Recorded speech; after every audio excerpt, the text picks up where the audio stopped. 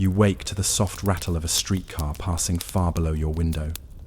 The faint vibration traveling through the narrow walls of your boarding house room like a reminder that the world is already awake.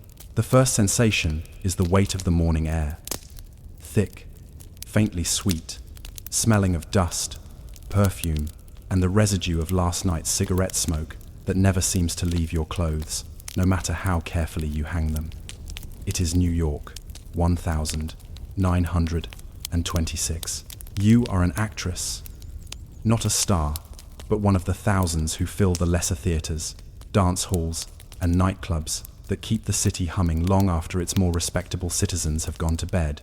You stretch slowly, your body feeling both heavier and lighter than it should, as though the long hours of rehearsal have packed themselves into your bones, while the uncertainty of the jazz age has hollowed out everything else.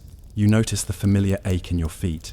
Your shoes were one season too old, even last season, and the faint ringing in your ears from the orchestra that played the same 4 tunes until the manager finally cut the lights. That is the shape of your days, a tug of war between exhaustion and necessity. The room itself is barely wider than you are tall. The wallpaper curls in the corners, yellowed and peeling like the inside of an old book.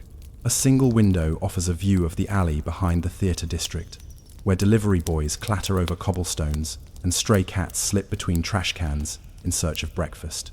A modest dresser stands against one wall, its drawers sticking slightly when you pull them. Your costumes and everyday clothes live there together in a mingling of feathers, practical cotton, and thrifted velvet that pretends to be finer than it is. You sit up, brushing your hair with your fingers. The small mirror above the dresser reflects a face that is neither rested nor defeated, just caught in the strange, slow pause between survival and ambition. You are not famous. You are not wealthy, but you are here, in the great humming engine of the jazz age, where everything seems possible until you remember the rent. There is comfort, you found, in the ordinariness of your morning rituals. You take your time washing your face with cold water from the porcelain basin, the shock of it pushing away the remnants of sleep. The chipped enamel pitcher you use is old, but you like its weight, the way it reminds you of the simple physical tasks that connect you to the hundreds of actresses who came before you.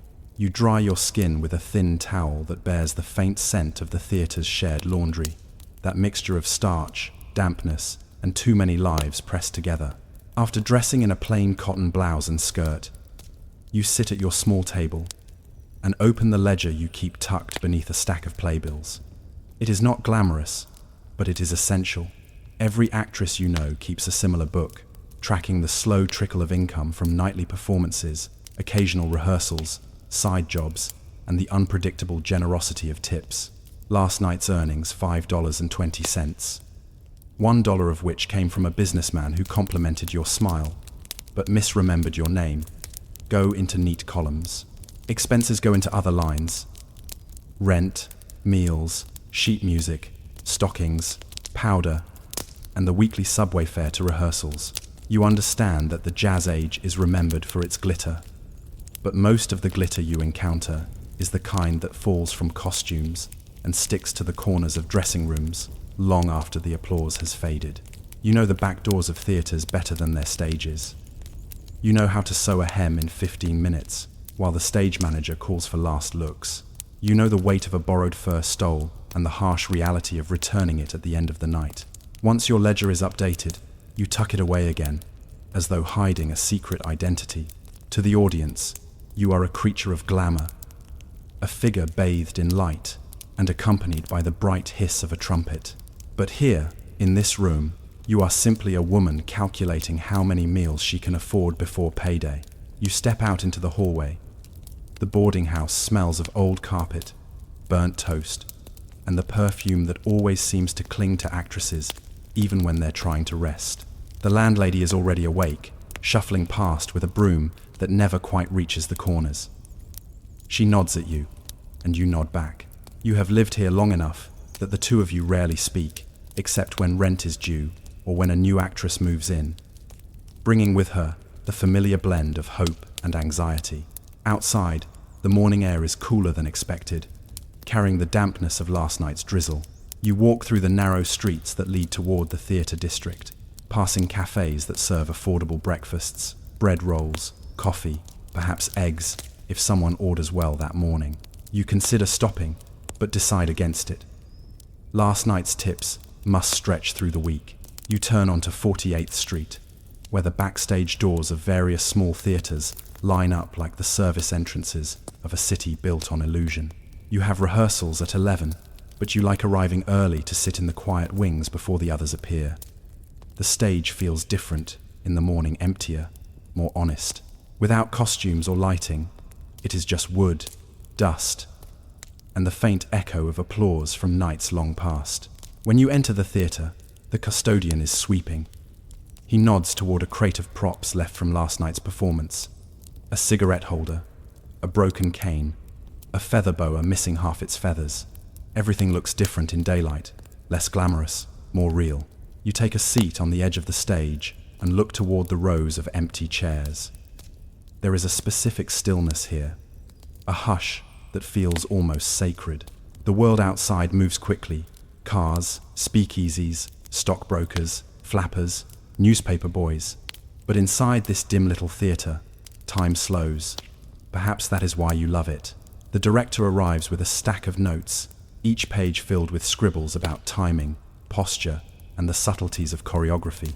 He nods to you without looking up, flipping through the script as though searching for errors that existed long before you stepped into the role. He mutters to himself, tracing lines with his finger, adjusting cues that only he seems to worry about. You admire his dedication, even if it often feels like he is trying to solve a puzzle that has no correct answer. The other performers trickle in gradually, yawning, laughing softly, smoothing their hair. You share small talk about wages, costumes, and the rumor that a talent scout was seen in the audience last night. A rumor that has circulated every week for as long as you can remember. But everyone enjoys participating in the fantasy, even if only for a moment. It is easier to face the monotony of rehearsal when there is a slight chance, however faint, of being noticed. Rehearsal begins. You practice your steps with mechanical precision. Your feet slide across the worn wooden floor, following patterns you could trace with your eyes closed. The pianist plays the same melodies you have heard 100 times before, his fingers tapping the keys with a disciplined indifference. The music is cheerful, but its repetition makes it feel almost meditative. You think about how much of history is built on repetition, on people performing the same motions, day after day, year after year. The world remembers the headliners, the stars, the glamorous names that appear in headlines. But it is the countless ordinary performers who keep the theaters running, who make the glitter possible. You wonder, sometimes, if future generations will ever think about the women who stood in the second row, who danced the same steps but never received top billing. Hours pass. The director critiques each movement in a tone that manages to be both indifferent and precise. You adjust accordingly. The small corrections matter.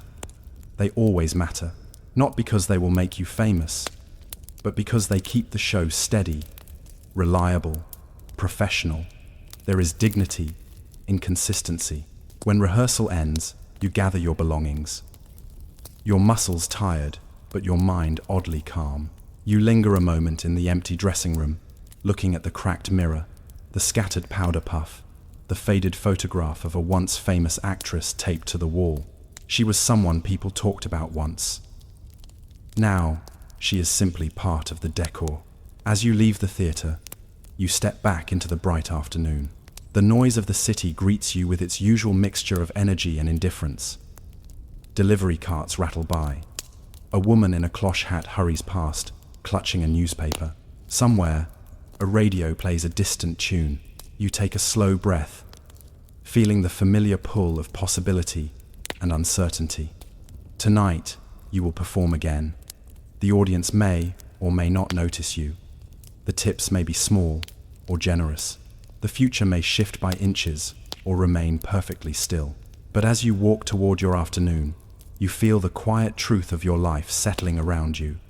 That history is made up of countless mornings like this, countless ordinary days shaped by people whose names will never appear in textbooks. You are one of them, steady, persistent, surviving. And yet, you can't shake the feeling that something is about to change. But what shape will that change take? The evening comes slowly, as it always does in New York, folding shadows across the streets and alleyways where the city's quieter lives unfold. You leave your boarding house, the weight of your day pressed into your shoulders like a familiar coat.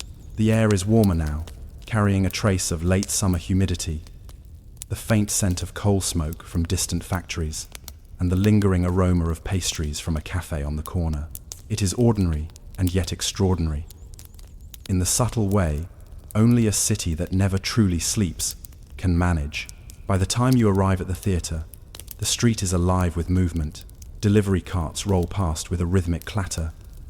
Women with cloche hats bustle to catch trolleys, and men in hats and overcoats hurry along sidewalks, carrying the invisible burdens of their business meetings, personal errands, and hurried romances. You move among them quietly, as though gliding just above the chaos, the practiced detachment of someone who has walked these streets hundreds of times. To the city, you are invisible, one more performer on a million stage daily. The theatre's back entrance opens with a familiar squeak, and the smell of varnish, dust, and last night's candle smoke greets you like an old friend. Here, in this space, between public performance and private preparation, you shed your street persona, letting your body relax into the slow rhythm of backstage life. You glance at the worn floorboards, remembering how many dancers, actors, and stagehands have paced over them before you, each leaving an imperceptible trace of effort, sweat, and fatigue. There is comfort in this continuity, a reminder that you are part of a line stretching back through time. Your fellow performers begin to arrive in trickles, yawning and stretching in the narrow wings. You exchange brief nods, soft greetings, and small talk about the day's rehearsals, the state of the costumes, or the fleeting rumor of a scout who may or may not be watching tonight's show. Everyone has heard these rumors before. They are part of the theatre's quiet machinery, a subtle engine that keeps hope alive even when opportunity rarely appears. The costume racks, lined with sequins, feathers, and satin, loom nearby, each outfit carrying its own story. You inspect your costume for tonight's performance. A pale green dress, plain in style, but elegant in proportion, meant to suggest glamour without overwhelming the dancer. You run your fingers along the hem, checking for loose threads. It is not perfect, but perfection is rarely necessary. It is reliability that matters most in a performer's life. The ability to enter a role, deliver the expected steps, and retreat from the stage without error. The director arrives, carrying his clipboard and muttering under his breath. His voice is calm but authoritative, each word measured as though the air itself were an instrument he is tuning. Rehearsal begins again, though tonight it is not the full run-through, but a focus on small, technical details.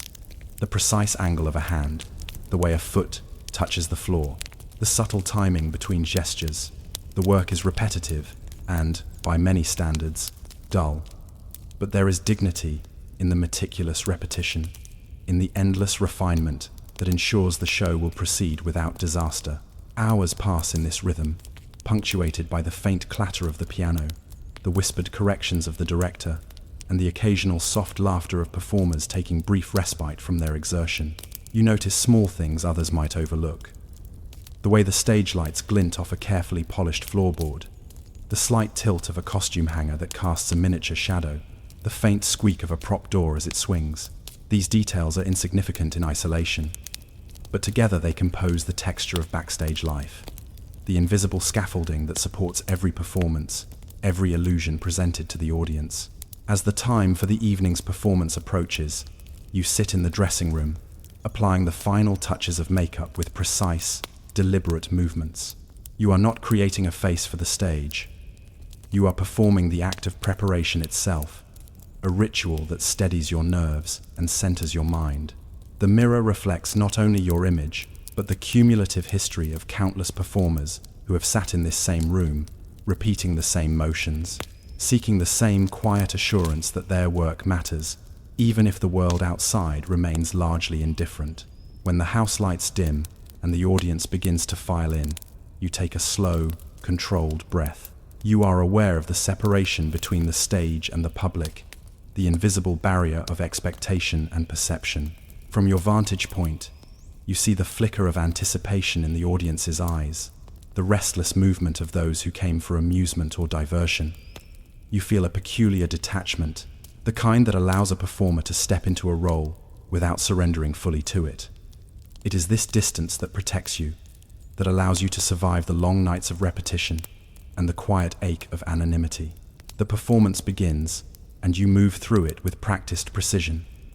Each step, gesture, and expression has been rehearsed countless times. The music flows around you, a constant, almost hypnotic pulse that marks the passage of minutes and frames your motions. You notice the small errors, the way a fellow performer's step was fractionally late, the slightly uneven pitch of a note, but these imperfections do not matter. The show is not an event in history. It is a temporary structure, a transient experience meant to be consumed and forgotten. During the intermission, you retreat briefly to the dressing room. There, you tally the evening's tips, small coins and folded bills that offer sustenance but rarely satisfaction. You consider the cost of a loaf of bread, a ticket on the subway, a ticket to the movies for rare leisure, and the slow accumulation of necessities that sustain your life. You write these numbers in your ledger with careful precision, a quiet acknowledgement that survival is an art form as delicate and precise as any dance step. Back on stage, the performance continues. Your body moves automatically, driven by hours of rehearsal and muscle memory. The audience's applause is polite but measured, fading into the background as your attention narrows to the immediate task, maintaining poise, executing steps accurately, sustaining energy without faltering. It is exhausting, yet strangely meditative. You find yourself slipping into a rhythm where time blurs, and the repetitive motions become almost soothing. A meditation disguised as labor. After the final bow, you retreat to the wings, letting the applause echo behind you. The other performers congratulate one another in quiet tones, their fatigue softened by relief.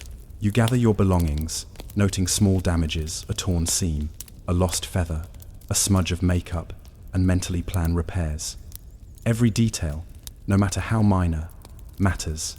Each small correction is a step towards survival, a reinforcement of the invisible infrastructure that underpins the theater. Outside, the streets are alive with late-night activity. You walk toward the subway, passing speakeasies and cafes, the glow of neon signs reflecting in puddles from an earlier rain. Delivery boys shout, taxis honk, and somewhere in the distance, a saxophone plays a mournful tune. You feel the city's pulse beneath your feet, an energy that is not glamorous but persistent, like your own steady persistence. On the train, you sit quietly, observing fellow passengers. A man reads a newspaper, his face absorbed in headlines about politics and finance. A woman holds a sleeping child, whispering gentle reassurances. Ordinary lives, unnoticed yet intricate, unfolding alongside your own. You feel a kinship with them, strangers bound by routine and necessity, each of you contributing silently to the ongoing rhythm of the city. Returning to your boarding house, you perform the same final rituals, washing your face, writing in your ledger, arranging your costume for tomorrow. You reflect on the continuity of your life, the endless repetition, the quiet discipline, the small victories of surviving another day. There is a satisfaction in this pattern, though it is subtle, almost invisible. It is the satisfaction of knowing you have done what is required, even if the world will never formally acknowledge it. And yet, despite this careful maintenance of routine, there is a persistent, nagging curiosity. The rumor of a talent scout lingers, the chance of something more tangible, something that could disrupt the slow, precise rhythm of your life.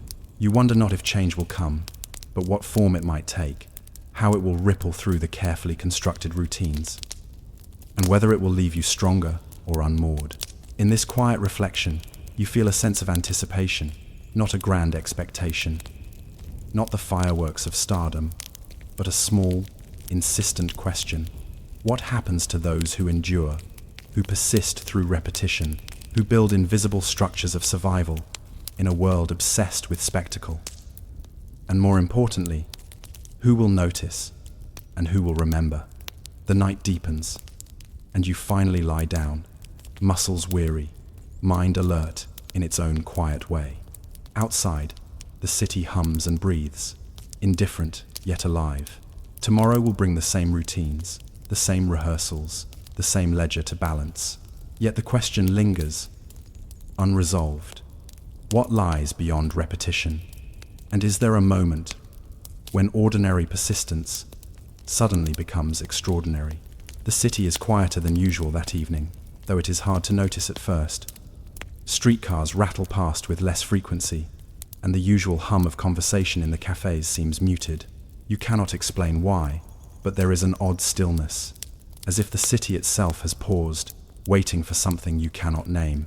You step onto the street, carrying the weight of rehearsals, performances, and the ledger of small victories and necessities you have maintained like a private chronicle of survival. Inside the theatre, the dressing room is filled with the usual clutter of costumes, brushes, and scattered sheet music. But tonight, the air feels heavier, tinged with the subtle electricity of possibility. The other performers arrive in their familiar, muted conversations. They joke about last night's audience and the faint rumor of a scout, just as they always do. You smile politely, but your attention is elsewhere, focused on a detail no one else might notice. The faint new smell in the air, a mixture of damp velvet and the distant hint of perfume from a woman you cannot place. The director arrives, clipboard in hand, muttering about timing and technical cues. You nod along, perform the gestures and adjustments as you have done countless times before, yet the room seems different. The ordinary repetition feels charged, infused with potential, as though a small, invisible shift has occurred that no one can articulate. You adjust your costume, smooth your hair, and glance into the cracked mirror. Your reflection is familiar, yet somehow more alert, more prepared for something unknown. When the orchestra begins, the notes feel sharper, each chord striking with more resonance than usual. You step into position, muscles remembering every motion, every step, every flick of the wrist and tilt of the head. The audience filters in, polite, indistinct, yet there is a subtle energy at the edges of the room, a quiet intensity that is unfamiliar but undeniable. You feel it ripple through the stage floorboards, up your legs, and into your core. The performance unfolds. You move automatically, guided by hours of rehearsal, repetition, and the meticulous cultivation of precision. Yet tonight, the ordinary seems extraordinary. Each gesture carries more weight. Each glance seems to echo beyond the stage, and the audience responds with small but noticeable enthusiasm. Applause is louder, more sustained in places. A few seats toward the center contain figures who lean forward in ways that suggest more than idle curiosity. During intermission, you retreat briefly to the dressing room. You tally the small tips with your usual care.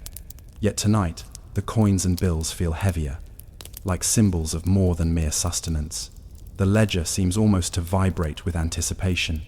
You consider the subtle changes in the audience's demeanor, the unusual energy of the room, the way even the director seems slightly distracted. Something is different. Something is shifting, and you cannot fully name it. Back on stage, the second act proceeds. You feel a quiet exhilaration as each step seems to matter in a new way. Your mind, usually occupied with mechanical precision, begins to register subtleties, a faint catch in the violinist's rhythm, the delicate sway of the curtains in response to the air current, the tiny, almost imperceptible expressions of the audience. Everything is alive, detailed, precise, and deeply consequential. The world you have inhabited for years, filled with repetition and minor victories, suddenly feels vast and momentous. When the final act comes, you move with effortless grace, guided by repetition, yet energized by something unforeseen. The audience applauds with genuine enthusiasm, the clapping echoing through the theater and vibrating faintly against the walls. You take your final bow, feeling a peculiar dissonance, a mixture of exhaustion and exhilaration, familiarity and novelty. The applause is not only acknowledgement, it is recognition, the subtle affirmation that ordinary effort can create extraordinary moments. After the performance, in the quiet of the empty theatre, you linger on the stage. The instruments are silent, the seats vacant, yet the air hums with the residual energy of human presence. You touch the stage floor with your hand, noting the scratches, worn spots, and faint traces of countless performers before you. You think of the anonymous dedication, the invisible labor, the repetition that has kept this theatre alive. And now, you sense that something has changed, not just for tonight, but perhaps forever. Outside, the night is cool, the streets reflecting the glow of gas lamps and neon. You walk home slowly, ledger in hand, coins in your pocket, thoughts tracing invisible patterns across the city. The boardwalks, alleys, and cafes seem familiar, yet subtly different, as though the ordinary has been quietly magnified. You recognize the potential of your persistence, the way every small, careful act of survival has contributed to this singular evening.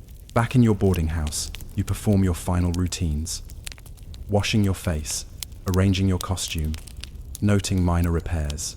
But the ledger seems to thrum faintly.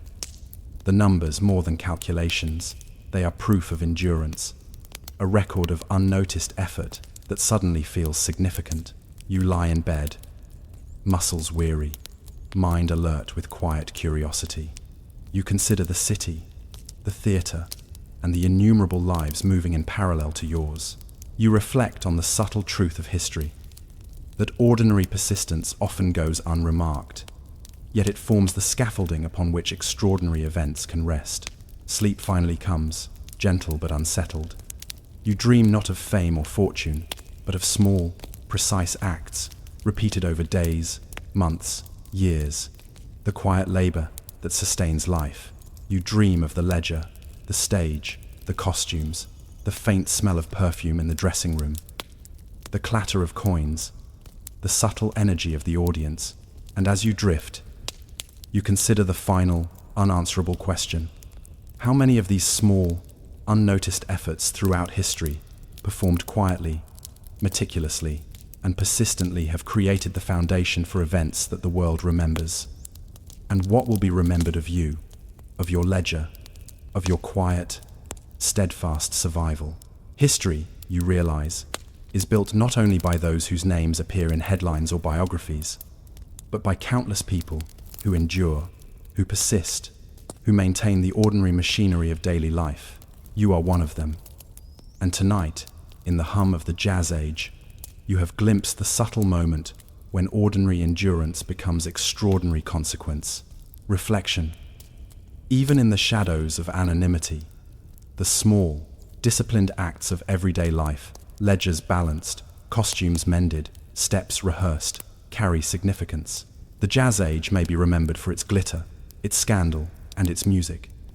But the unacknowledged labor behind every performance shapes the continuity of culture itself. Ordinary persistence leaves traces that ripple through time, often invisible, but undeniably present. You wake to the smell of limestone dust, the faint grit of sand under your fingernails, and the persistent tang of sweat drying on rough stone. The sun is barely above the horizon, painting the village in soft gold and pink, and already you hear the low murmur of labor from the construction site, where you spend most of your waking hours.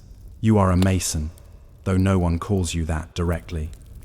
To the villagers, you are simply the man with calloused hands and a quiet face, moving slowly but deliberately among the stones.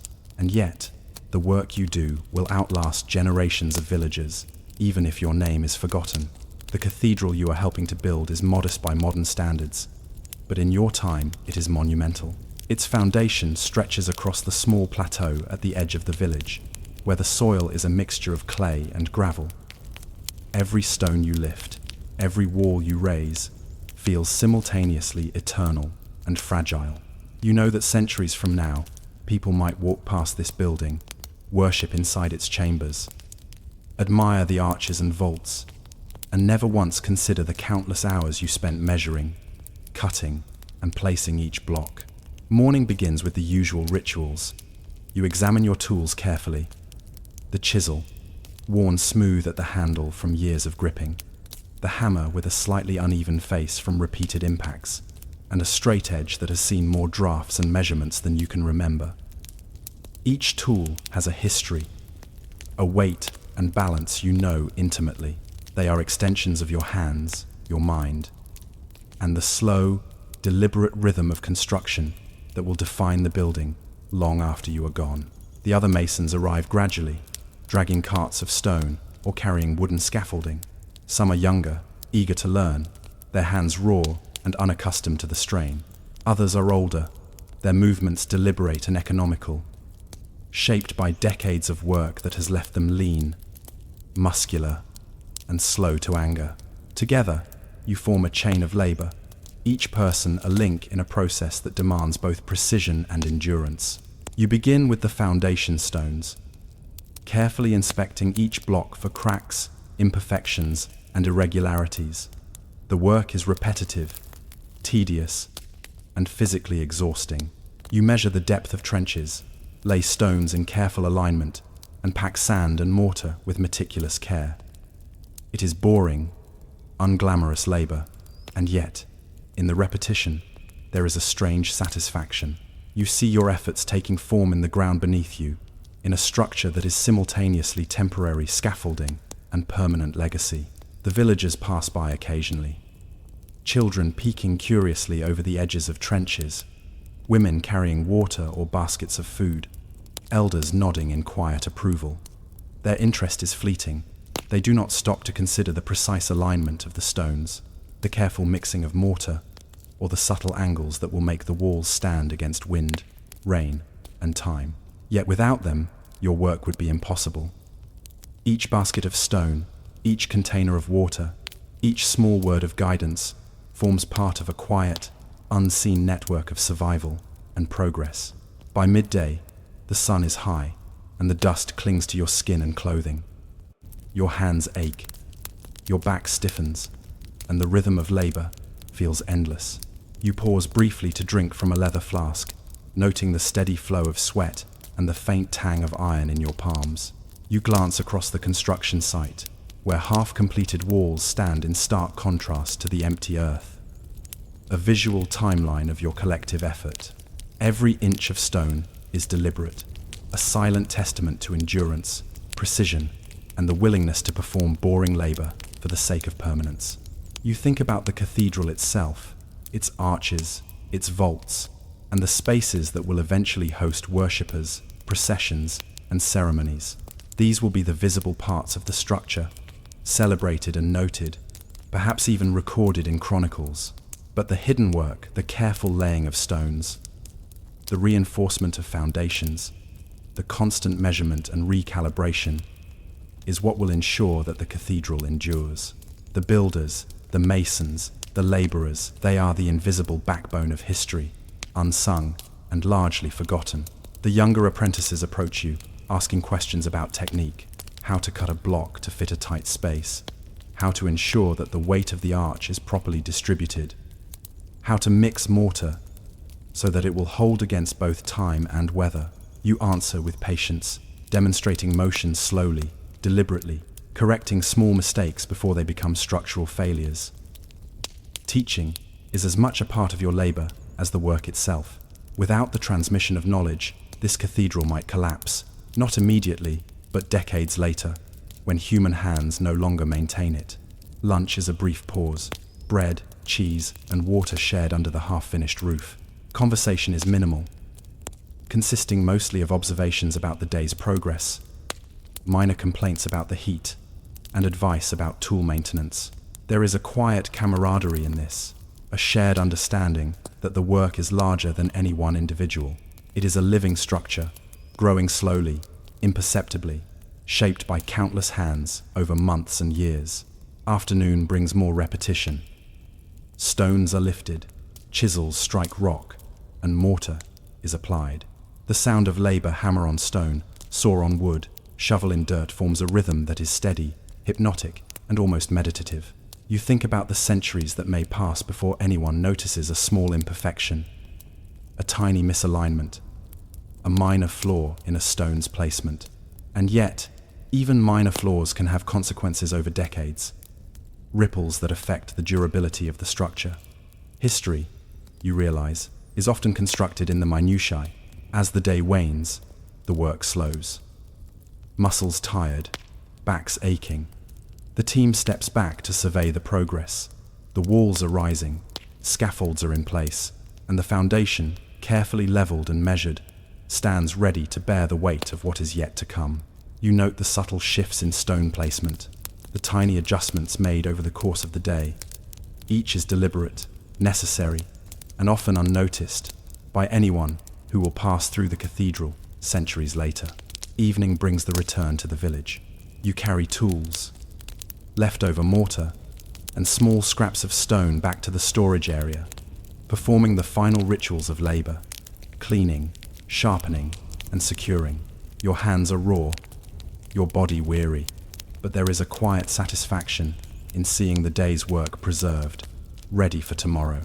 You know that persistence is as vital as skill. One missed measurement, one ignored crack, one moment of inattention, and centuries of effort could be compromised.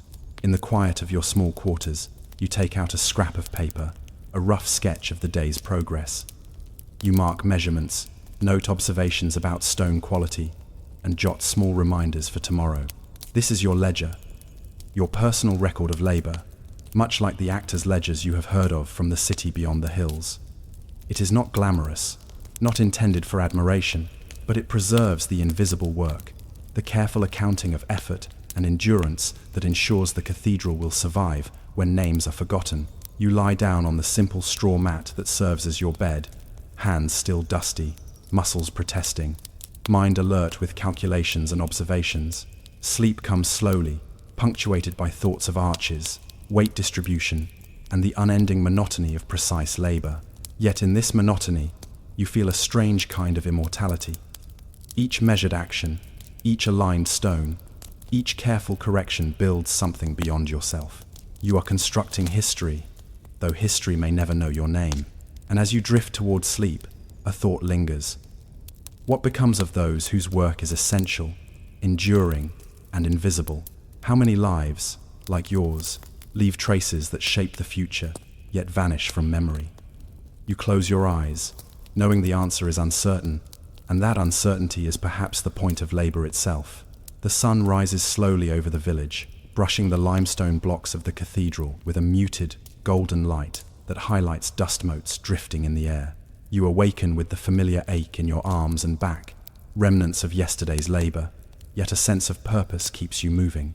Today, the work shifts from laying foundations to raising walls, a painstaking process that requires patience, precision, and the constant attention of multiple hands. The scaffolding groans slightly under the weight of stones and men. You ascend carefully, feeling the familiar strain in your shoulders as you lift a block into place. Each movement is deliberate.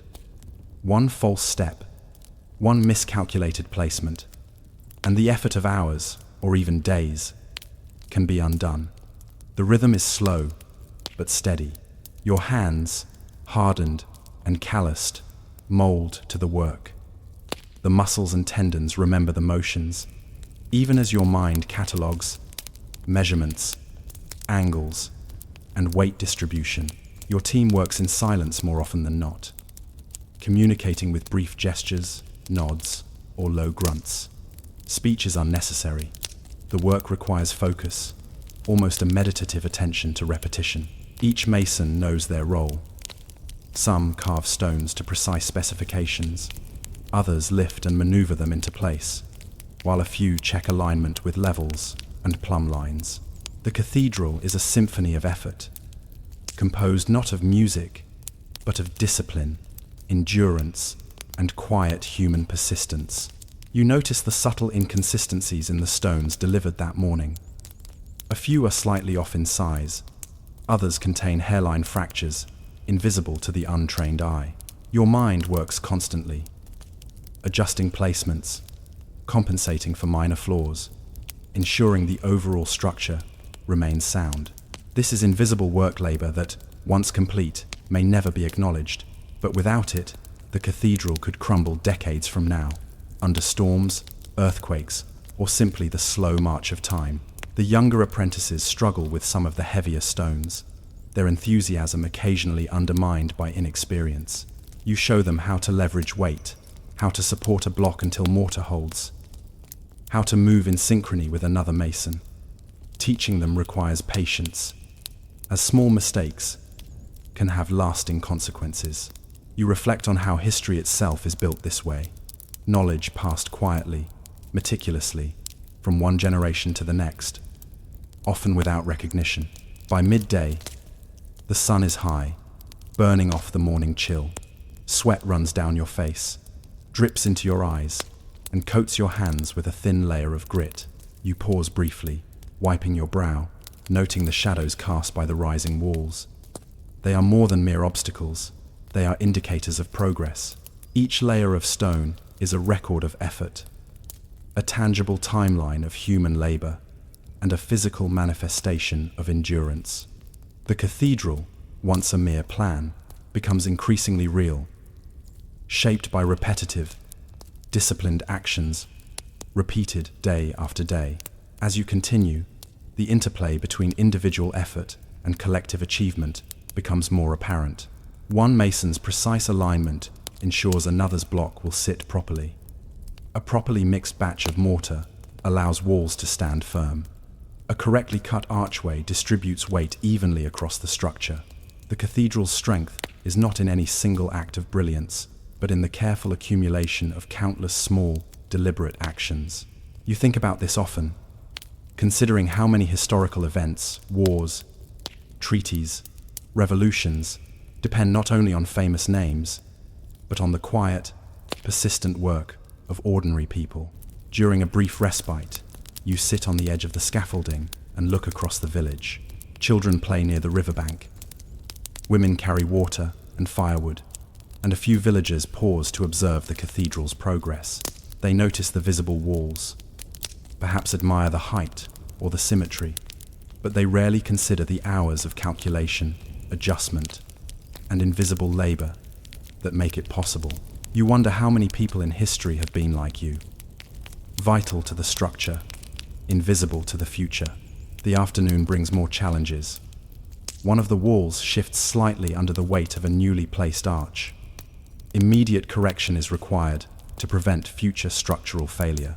You work quickly but methodically, repositioning stones, adding support where necessary, and checking levels repeatedly.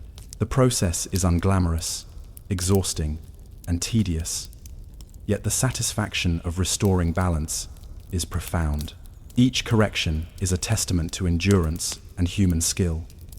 Small victories that will resonate silently through decades or centuries.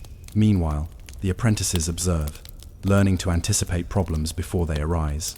You guide them in measuring stress on supporting stones, checking mortar consistency, and recognizing subtle imperfections in stone that could compromise stability. They struggle, sometimes failing, but gradually internalize lessons that are invisible yet essential. Teaching, you think, is as important as building. Without knowledge transfer, the cathedral would not survive, no matter how strong the walls appear today.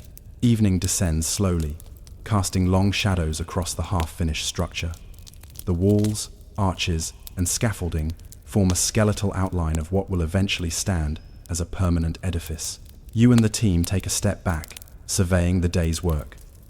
There are imperfections, minor cracks in mortar, slightly misaligned blocks, but they are acceptable within the tolerances of experience. You note them for correction tomorrow. Each day's labor is both an achievement and a preparation for the next.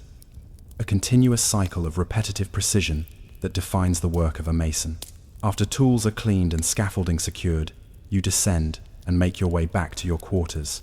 Dust clings to your clothing, sweat marks your skin, and your muscles ache in the familiar rhythm of fatigue. Yet there is a quiet satisfaction, almost meditative, in this repetition. You write notes in a small journal, observations about stone quality, wall alignment, and measurements that must be rechecked. These notes, mundane as they seem, are essential. They form a personal ledger of labor and endurance, preserving knowledge that may be crucial decades from now. Lying on your straw mat, you reflect on the hidden significance of your work. The cathedral will likely outlast you, and your contribution, though invisible to the villagers and future historians, is integral to its longevity. You wonder how many structures in history, bridges, temples, walls exist today, solely because of meticulous, boring labor performed by nameless individuals. You recognize that endurance, precision, and repetition are a kind of quiet heroism. Unacknowledged, but foundational. Sleep comes slowly, as your mind catalogues the day's tasks and anticipates tomorrow's. You dream not of fame or recognition, but of precise alignment, solid mortar, and arches that will withstand centuries. The repetition, monotony, and invisible labor that characterize your life as a mason now seem like the most enduring forms of creation. And as you drift, a subtle, unanswerable question lingers. When history forgets names, does it also forget the lives built into stone, mortar, and sweat, the invisible architects of human endurance? The morning air carries a sharper chill as you arrive at the construction site. Mist clings to the unfinished walls of the cathedral, and the stones glisten faintly with dew. You stretch your aching muscles, aware that the labor ahead will test endurance, precision, and patience in equal measure. Today, the masons focus on the upper walls and arches, the part of the structure that requires the most coordination and skill. Scaffolding creaks under the weight of stones and men, a constant reminder of the fine balance between effort and catastrophe. You climb carefully, feeling each tendon and joint protest under the strain. Every block you lift is heavier than it appears, but your hands know the motions. Repetition has made the movements automatic. Muscle memory, transforming labor into rhythm. The arch above you, partially complete, is a puzzle of weight distribution, requiring subtle adjustments to ensure stability. The younger apprentices watch closely, following your movements with eager concentration. You instruct them on proper lifting techniques, alignment checks, and support placement. Mistakes here could cascade into future failures. Subtle shifts that centuries later might undermine the cathedral. Your teaching is quiet, but precise. Every word measured, every motion deliberate. Knowledge transfer is invisible labor, but it ensures continuity beyond the lifespan of a single worker. By midday, the sun penetrates the mist, warming stone and flesh alike. You pause briefly, surveying the walls rising around you. They are no longer mere blocks. They are part of a structure with form, purpose, and permanence. Every stone tells a story of endurance, hours of lifting, chiseling, and careful placement.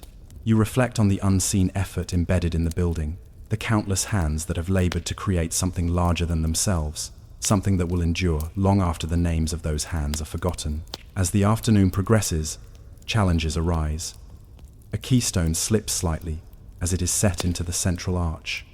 Immediate action is necessary. You instruct 2 apprentices to brace the surrounding stones while you reposition the keystone with careful precision. Sweat runs down your face, dust coats your skin, but the work proceeds with calm determination. Correction is painstaking, requiring repetition and meticulous attention to detail. Each adjustment, no matter how minor, reinforces the structure's long-term integrity. The teamwork is seamless yet silent. Each mason anticipates the next move, guided by experience and observation rather than speech. You recognize the cathedral as a symphony of labor, where repetition and attention to detail form the melody, and the subtle interactions of human hands create harmony. It is unglamorous, exhausting, and profoundly ordinary. Yet within this ordinariness lies an enduring legacy. Evening descends, painting the limestone walls in a soft amber glow. The arches stand proud, the scaffolding secure, and the day's work, though incomplete, forms a tangible achievement. You step back, brushing dust from your hands, feeling the weight of accomplishment in your body and bones. The cathedral, piece by piece, rises toward permanence, not through grandeur or spectacle, but through relentless repetition, precision, and endurance. The apprentices linger, asking questions about measurements and techniques. You answer patiently, demonstrating adjustments, showing how subtle misalignments can affect the stability of arches decades later. You reflect on how history itself depends on invisible labor, nameless individuals passing knowledge, refining processes, and sustaining structures that others will eventually inherit. Without such quiet persistence, civilization as a whole might falter. As night falls, the site empties. The stones glint in the fading light, a silent testament to human effort. You return to your quarters, hands raw and muscles stiff, carrying notes, sketches, and measurements recorded in your journal. These records are private, perhaps unremarkable, but they are essential.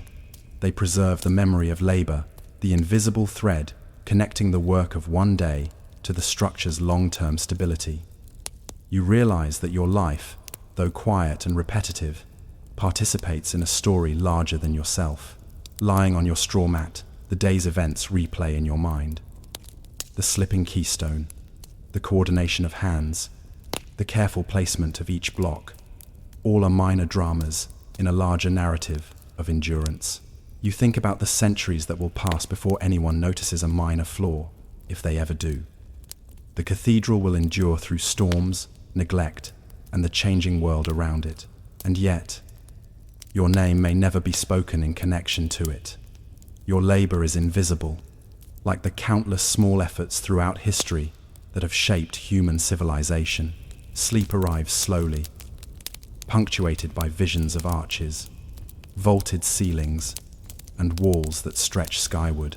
You dream of the hands that have come before you, shaping stone and mortar, and the hands that will come after, maintaining, repairing, and adding. Time is vast, indifferent, and yet your daily labor participates in its course. You realize that endurance, repetition, and precision, boring, uncelebrated acts, form the true backbone of history. When dawn comes again, you rise to continue the work, aware that the cathedral is not yet complete. The rhythm of lifting, chiseling, and aligning resumes, steady and unglamorous, but you carry with you a quiet satisfaction, the knowledge that what you do matters, even if it is unnoticed. Each block, each measurement, each correction contributes to a structure that will outlast you and countless generations. And in the quiet reflection before sleep, you consider the profound truth of invisible labor. History is not only made by those whose names appear in books and plaques, but also by those who perform repetitive, precise, and unglamorous work that ensures continuity and survival. The cathedral is both a monument and a metaphor, a structure built by countless nameless hands, each stone placed with care, each day endured with quiet determination. You drift to sleep with a final thought lingering. Perhaps immortality is not found in fame or recognition, but in the persistence of work done well, in structures and systems that endure long after individual names are forgotten. The Mason's Cathedral stands as proof, silent and enduring, that the ordinary labor of dedicated hands can shape history in ways no record can ever fully capture. Reflection. The cathedral, like countless unnoticed achievements throughout history, demonstrates that endurance, meticulous effort, and repetition are the true architects of civilization. The world remembers only fragments, stories, names, events, but the invisible labor of ordinary people forms the foundation upon which all history rests. Even when forgotten, this labor endures, shaping the past and future in quiet, essential ways.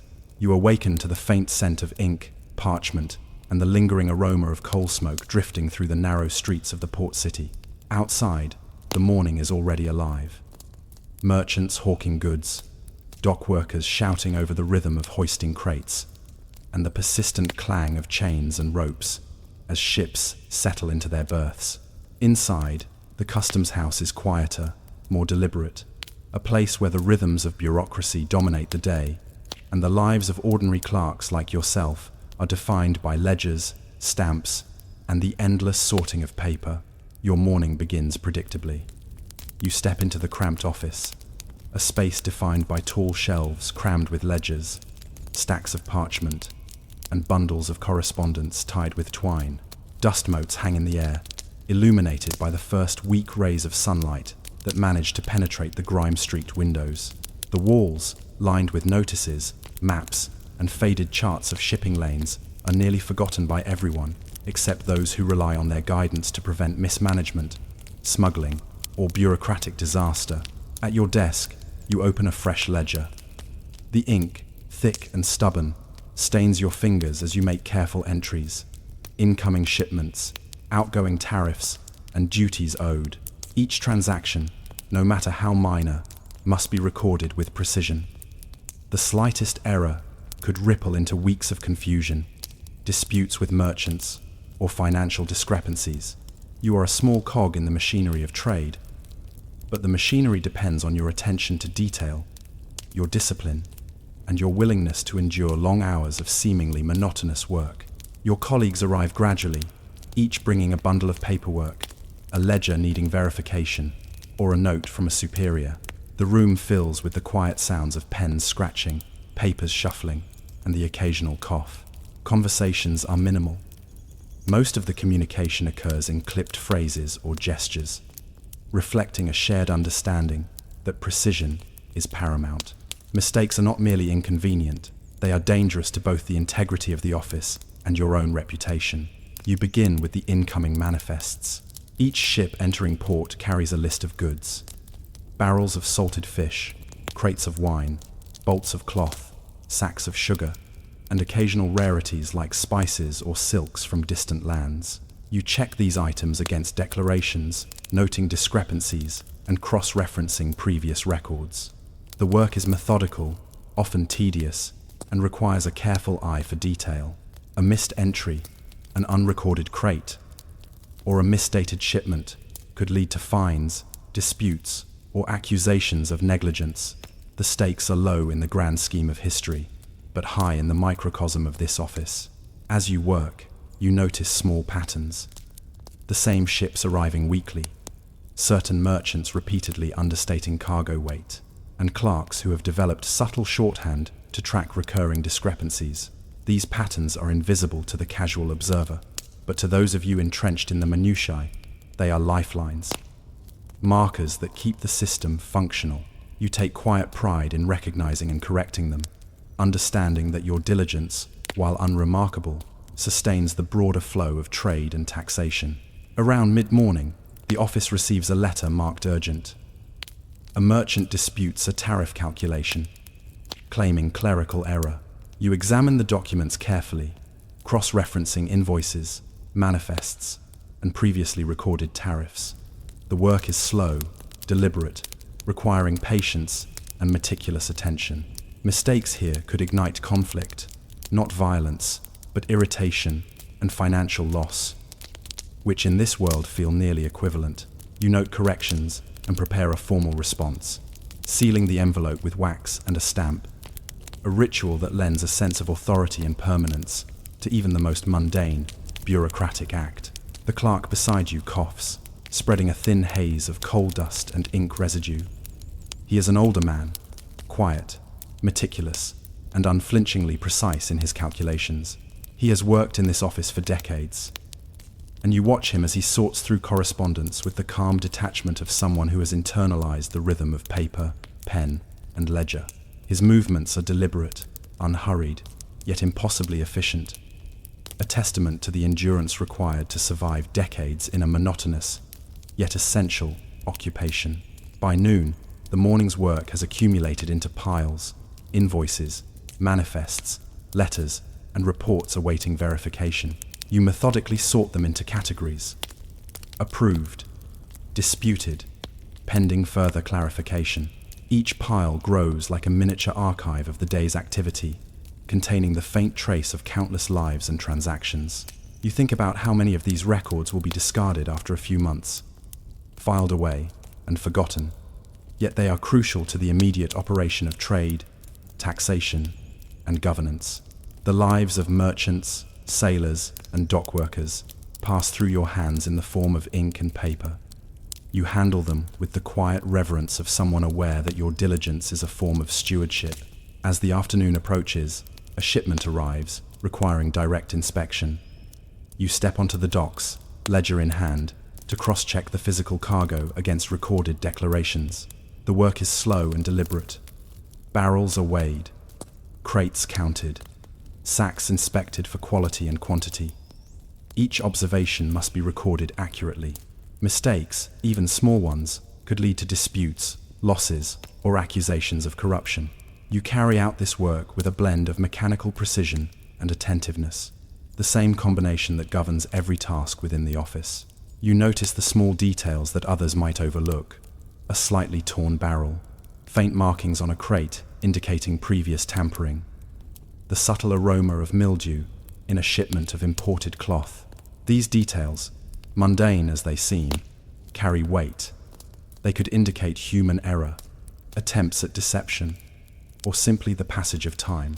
You document them with the same care you apply to every entry, aware that history, your microhistory, at least is embedded in these small observations. Returning to the office, the afternoon hours are consumed with calculations, notations, and correspondence. You reconcile numbers, double-check weights, and verify payments. The sound of pens scratching against parchment forms a steady, meditative rhythm, punctuated by the occasional sigh or the rustle of papers shifting. Outside, the port continues its lively chaos, but within these walls, the world is orderly, governed by procedure, accuracy, and the slow accumulation of verified data. By the end of the day, you reflect on the invisible impact of your work. The merchants will depart, the ships will sail, and the city will continue to function, largely oblivious to the labor that underpins it. Yet your meticulous attention ensures the smooth operation of trade, the fairness of taxation, and the prevention of fraud. These contributions are unremarkable to anyone passing through the port, yet they are essential, sustaining the quiet heartbeat of commerce and governance. As you close your ledgers, organize correspondence for the next day, and tidy the office, a subtle awareness lingers. History is composed not only of grand events, treaties, and wars, but also of the invisible work performed by individuals like yourself. Clerks, masons, laborers, and countless others perform repetitive, precise, and often tedious tasks that ensure continuity and stability. Without them, larger structures, political, economic, and cultural, would falter. Finally, you leave the customs house, stepping into the fading light of late afternoon. Dock workers unload crates with rhythmic energy, merchants shout orders to their employees, and the city hums with the ongoing pulse of trade. You move among them quietly, your contribution invisible yet enduring, aware that your work will influence countless transactions, decisions, and lives, even if your name is never remembered. You lie down that evening, weary from calculations, inspections, and meticulous attention to detail. As sleep overtakes you, a persistent thought lingers. How many of the countless lives recorded in ledgers, weighed in scales, or noted in correspondence would be remembered? How many human contributions vanish into obscurity, leaving only the faintest trace of order in their wake? And in this quiet reflection, you realize that the true work of history, boring, tedious, invisible, is as important as any celebrated event or famous figure. The morning light spills through the tall, narrow windows of the customs office, catching dust particles that hang suspended in the still air. You arrive early, as always, opening the heavy wooden doors to the faint scent of ink, parchment, and lingering coal smoke. The office is quiet at first, save for the creak of floorboards and the distant hum of activity from the docks. There is comfort in this quiet before the day's work begins. A moment of solitude before the ledger piles accumulate and the pens begin their ceaseless scratching. You start with yesterday's unresolved entries. Discrepancies in weights, missed tariffs, or incomplete manifests must be corrected. One merchant's shipment of tea, arriving from far-off Ceylon, shows a slightly lighter weight than declared. You pull out the corresponding documents, invoices, manifests, and previous correspondence. Each line is read, reread, and verified. The work is repetitive, tedious, and requires the careful attention of someone who understands that even the smallest oversight could create complications in the future. The younger clerks, eager to prove their worth, struggle with the subtleties of the office's record-keeping. They mix up columns, misread numbers, or forget minor but crucial annotations. You guide them patiently, pointing out overlooked details and explaining the reasoning behind each correction. This is teaching as much as it is work. You realize that the customs office, like any system of administration, survives not just through strict rules, but through the careful training of those who will carry on its functions when you are gone. By mid-morning, the stacks of paperwork have grown. Bundles of manifests, letters from merchants, and receipts awaiting verification fill the room. Each sheet represents a life or a transaction. Sailors paid, merchants' profits calculated, taxes levied, and shipments recorded. You handle them carefully, aware that each document is a piece of a larger human story. Some records are mundane barrels of salted fish, crates of cotton, but even these are vital. They maintain the rhythm of commerce, ensure fairness, and sustain the order of a bustling port. An urgent letter arrives, marked with a red wax seal. A merchant disputes a tariff on imported sugar, claiming clerical error. You cross-check every relevant document. The ship's manifest, prior payments, the weight of the cargo, and past declarations. Hours are spent reweighing entries, recalculating duties, and noting inconsistencies. The task is tedious, but essential. Accuracy here is invisible labor, with significant consequences, affecting livelihoods and maintaining trust in the system. The older clerks, veterans of the office, move with a practiced calm, handling disputes and corrections with minimal error. Their efficiency is a product of repetition and careful attention over decades. You observe them, noting the subtle ways experience manifests, the way they anticipate errors, spot inconsistencies, and correct them almost instinctively. Their labor is silent, often unrecognized, yet it underpins the smooth operation of trade, governance, and civic trust. As the day progresses, you rotate between duties, verifying manifests, inspecting shipments, and reconciling ledgers. The rhythm of the office is steady, almost meditative. The scratch of pens, the shifting of paper, and the occasional low conversation create a soundtrack of methodical order against the chaotic backdrop of the port. In this routine, there is a strange satisfaction. The knowledge that each careful entry, each verified number, contributes to stability, prevents loss, and preserves continuity. You pause briefly to observe a shipment of cloth being unloaded at the docks.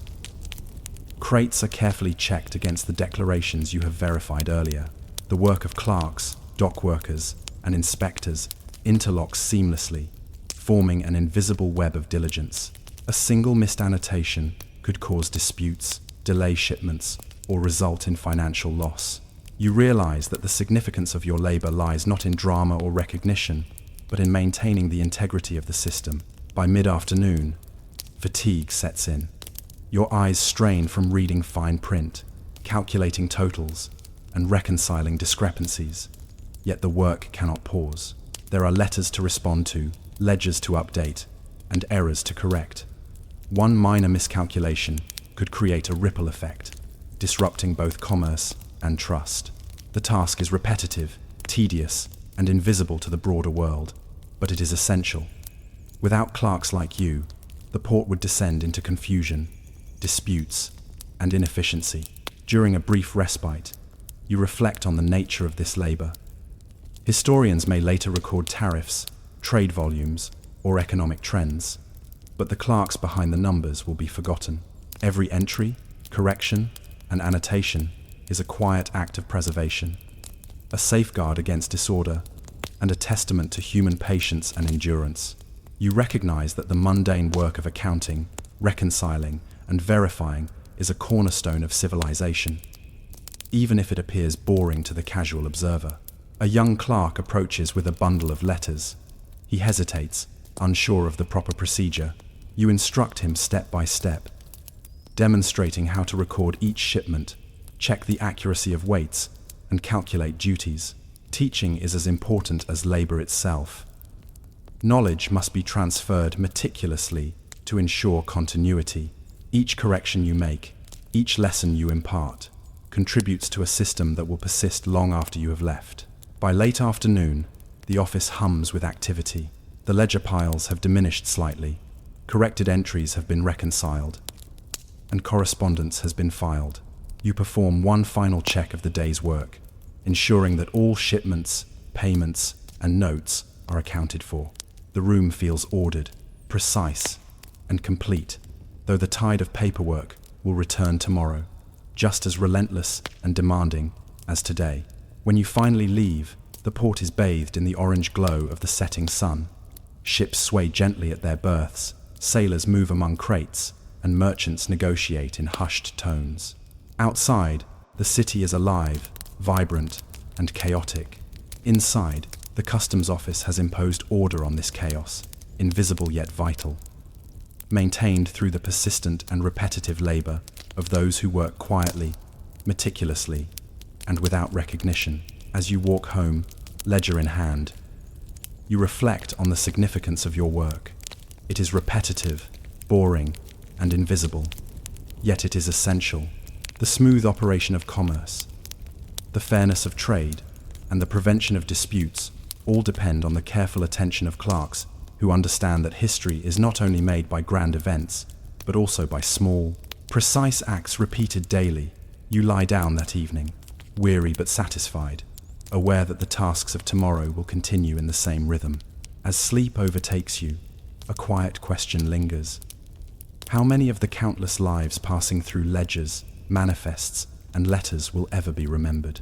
How many human efforts, invisible yet essential, shape the course of commerce, governance, and history without ever being acknowledged? The answer is uncertain, but you find a subtle reassurance in the repetition itself, that labor, done carefully, consistently, and without fanfare, preserves continuity, shapes outcomes, and endures quietly, unseen yet indispensable. The morning begins like any other, faint light filtering through grimy windows, dust motes suspended in the still air, and the faint aroma of ink, parchment, and coal smoke.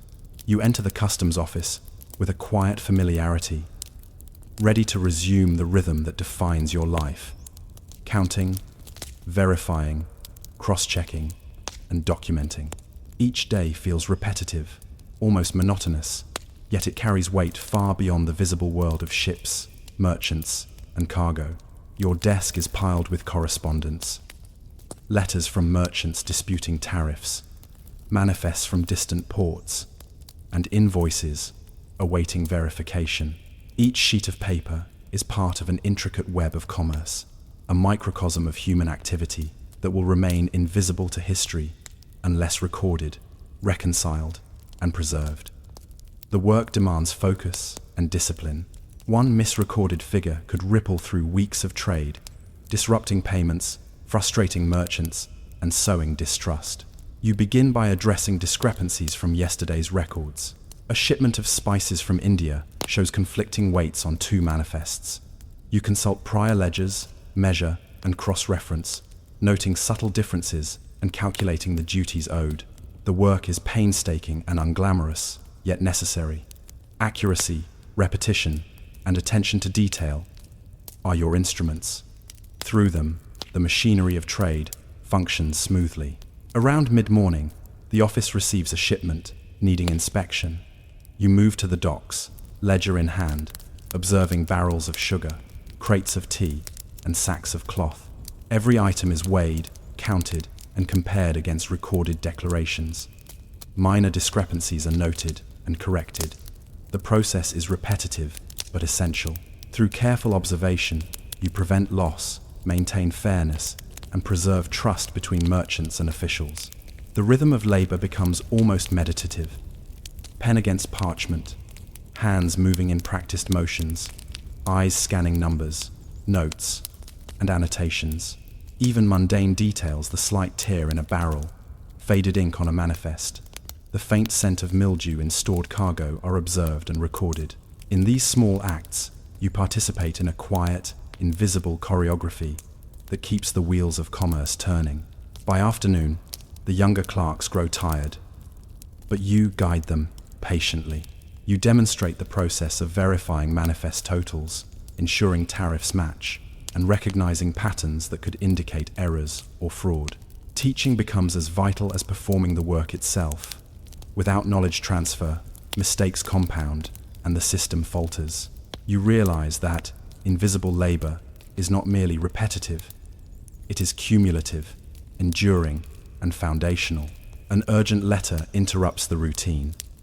A prominent merchant disputes a miscalculated duty on a shipment of fine cloth from London. You cross-check every relevant document, measuring and weighing, consulting prior records, and verifying every figure.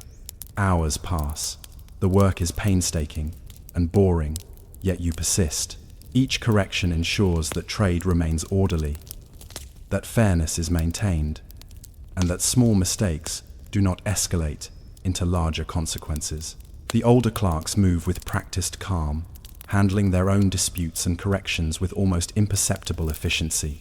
Experience has taught them to anticipate issues, recognize patterns, and act before problems escalate. You admire their silent expertise, understanding that decades of repetitive, precise labor have transformed what appears monotonous into a kind of mastery. Their work is invisible but critical, the quiet pulse keeping the machinery of trade alive. Evening arrives. The office, once cluttered with papers, now appears orderly. Ledgers are reconciled, correspondence filed, and unresolved disputes noted for follow-up. You step back and survey the room, aware that the visible order is built on countless unseen acts. Corrections made, figures verified, mistakes prevented, knowledge transmitted. The work is unremarkable on the surface, yet essential to the smooth operation of the port and the lives that depend on it. Walking home through the fading light, the port hums with energy. Ships are loaded and unloaded, merchants negotiate, sailors shout orders, and goods move in rhythm. Outside, the city appears chaotic, yet inside the customs office, order has been imposed. Your labor, repetitive and boring as it may be, has maintained this equilibrium. Without it, chaos would seep into trade, disputes would arise, and trust would erode. You are part of an invisible scaffolding holding a functioning society together. At night, as you lie down on the straw mat of your modest room, you reflect on the broader significance of your work. History may record tariffs, trade volumes, and economic trends, but the clerks who keep these records precise and organized will be forgotten. Yet every entry you make, every figure you verify, every discrepancy you correct has an enduring impact. These quiet, repetitive acts shape human interactions, maintain trust, and preserve continuity across time. Sleep arrives, and in dreams you see ledgers extending infinitely, columns of figures and annotations stretching across time. You watch as merchants, sailors, and officials interact in a vast network, connected by the invisible labor of clerks like yourself. The monotony, repetition, and precision that define your life are revealed as invisible threads sustaining civilization itself. You realize that enduring impact often hides in the small, boring details, the meticulous recording of data, the patient verification of transactions, and the careful correction of errors. When dawn breaks, you will return to the customs office, ready to repeat the cycle. Each day will be similar to the last, yet necessary. History is built not only by grand events, famous figures, or spectacular achievements, but by countless ordinary people performing essential, unglamorous work that ensures stability, continuity, and trust. Your role, invisible though it may be, is indispensable, and as sleep finally fades into morning light, a lingering thought remains. Perhaps the true architects of history are not celebrated in books or statues, Perhaps they are the clerks, laborers, and record keepers who maintain order, prevent chaos, and silently weave the fabric of human continuity. Their work is repetitive, tedious, and unrecognized, yet it endures, shaping society in ways visible and invisible alike. The evening air carries the faint tang of smoke from chimneys, mingled with the brine of the nearby river. You step cautiously across cobblestones that glisten under the weak gaslight, your boots echoing softly in the narrow street. The city is alive with muted activity. A carriage clatters past, distant voices carry from taverns, and somewhere a dog barks at nothing in particular. You find yourself at the worn wooden door of a Victorian inn, its paint flaking and sign swaying gently in the breeze. Inside, the warm glow of candlelight promises the kind of quiet, repetitive labor that will dominate your evening. Yet the ordinary nature of the tasks feels oddly comforting. You push open the door, and a bell jingles softly above your head. The inn smells of old wood, wax, and the faint tang of unwashed linens. Behind the counter, the innkeeper, an older man with graying hair, spectacles perched precariously on his nose, and a patience born of decades in the same position, glances up. He nods silently, already accustomed to your predictable arrival. The inn is small, yet the activity within is surprisingly complex, dominated by the invisible labor of maintaining order, comfort, and cleanliness. For travelers whose names will mostly be forgotten, your room key is handed over a brass token stamped with the inn's emblem, and you ascend the narrow staircase, each step creaking underfoot. The corridor is dimly lit by flickering candles, casting long shadows on the walls. You pause to observe details that no guest would notice. A loose floorboard near the landing, the faint scent of mothballs lingering in a corner, the way the wallpaper peels ever so slightly at the seams. These small imperfections are part of the inn's character, reminders of the countless nights endured and the quiet maintenance required to keep the establishment functional. Entering your room, you note the familiar arrangements: a modest bed with a quilted coverlet, a small wash basin, and a simple writing desk. Dust clings to surfaces, yet it has been swept enough to preserve a sense of order. The candle on the nightstand flickers weakly, casting dancing shadows that exaggerate every imperfection in the room. You unpack a few personal belongings, placing them precisely where they will not interfere with the routines you know will occupy your night. Accounting for the inn's ledgers, checking reservations, and assisting any late arrivals who may arrive after dark, your first task is to inspect the room for maintenance needs. The inn has endured countless seasons, and small problems accumulate unnoticed until they become disruptive. You check the hinges on the door, adjust the latch to ensure it closes smoothly, and note a loose slat in the floor. You examine the wash basin for leaks and ensure that the candle wick is trimmed to avoid excessive smoke. Each adjustment, minor though it may seem, is essential. These small acts of care ensure that the inn functions smoothly, preserving comfort, preventing accidents, and maintaining the reputation of a place that relies entirely on its consistent, unremarkable service. A knock at the door signals a guest's arrival, a merchant traveling late from the docks. You assist with their luggage, ensuring it does not scuff the wooden floor, and direct them to their room. The merchant nods politely, distracted by the demands of the day, barely aware of the careful attention you have given to maintaining the inn's interior. This interaction, brief and seemingly inconsequential, is emblematic of your nightly labor, vital, unremarkable, and largely invisible. Returning to your desk, you open the inn's ledger. You record incoming payments, note departures, and reconcile accounts for the day. Each entry is repetitive yet precise, requiring careful attention to detail. Mistakes could lead to financial discrepancies, disputes with guests, or difficulty in ordering supplies. The ledger, though tedious, preserves order and continuity. It is your invisible work, essential to the ongoing function of the inn, yet destined to be forgotten by anyone who passes through its doors. Evening descends, and the flickering candlelight becomes the only illumination. You check the fireplaces in the common areas, ensuring that the coals glow steadily and that ash does not accumulate excessively. Small details demand attention: repositioning chairs, smoothing the carpet in the sitting area, and checking that all locks are secure. These acts are repetitive, physically minor, yet critical for maintaining a sense of safety, warmth, and reliability in a place where guests trust the environment to be functional, comfortable, and unremarkable in its stability. Dinner is prepared by a cook whose movements are familiar to you, stirring, chopping, and plating in a rhythm as precise as your ledger entries. You observe the preparation silently, noting the efficiency, the careful handling of ingredients, and the methodical cleaning of surfaces. Every night, the same meals are prepared for the same types of travelers. The repetition is boring, yet it sustains the inn's reputation. Your awareness of these small details ensures that the routines run smoothly, preserving the invisible scaffolding of service upon which the establishment depends. As the night deepens, the inn quiets. Most guests are asleep, the only sounds being the occasional creak of the building settling and the faint murmur of the river nearby. You make a final round of inspections, extinguishing candles in unused rooms, checking that windows are securely latched, and ensuring that supplies are stocked for the morning. Each action is performed without fanfare, methodical and necessary. The work is repetitive, boring, yet undeniably crucial for the safety, comfort, and continuity of the inn.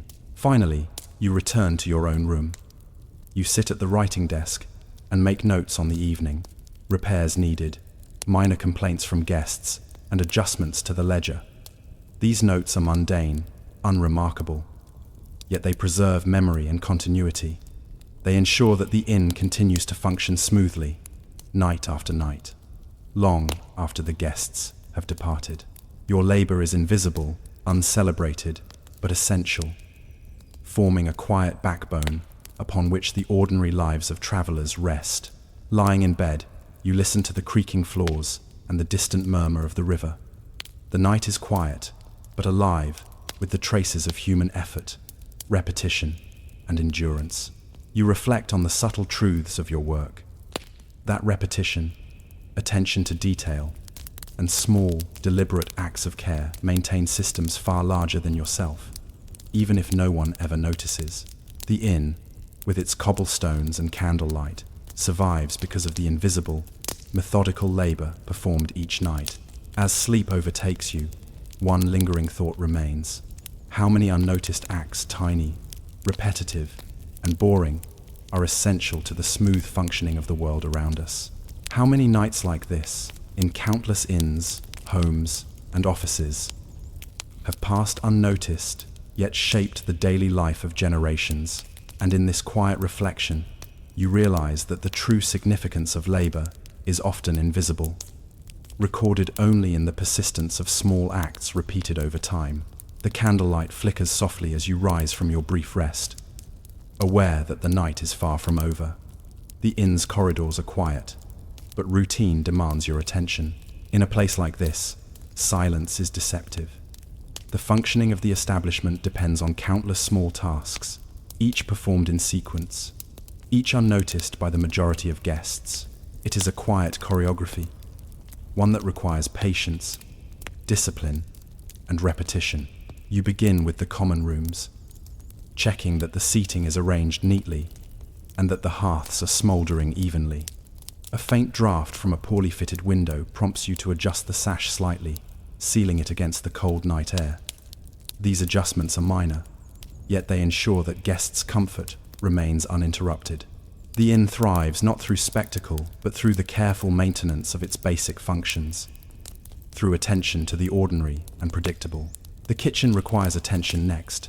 You step in to observe the cook preparing a late-night meal for a weary traveler. Spoons stir, knives chop, and the small iron stove radiates heat into the dim room. You note the efficiency of movement, ingredients measured precisely, utensils cleaned between tasks, and leftover scraps disposed of methodically. The repetition is monotonous, but it ensures reliability. Each action is a link in a chain that preserves the inn's reputation and sustains the rhythm of daily life for both staff and guests. A knock at the door signals the arrival of a new guest, a traveling scholar burdened with parcels and documents. You assist him to a room on the second floor, careful to prevent his luggage from scuffing the worn floorboards. The scholar, absorbed in his thoughts and correspondence, barely registers the careful handling of his belongings.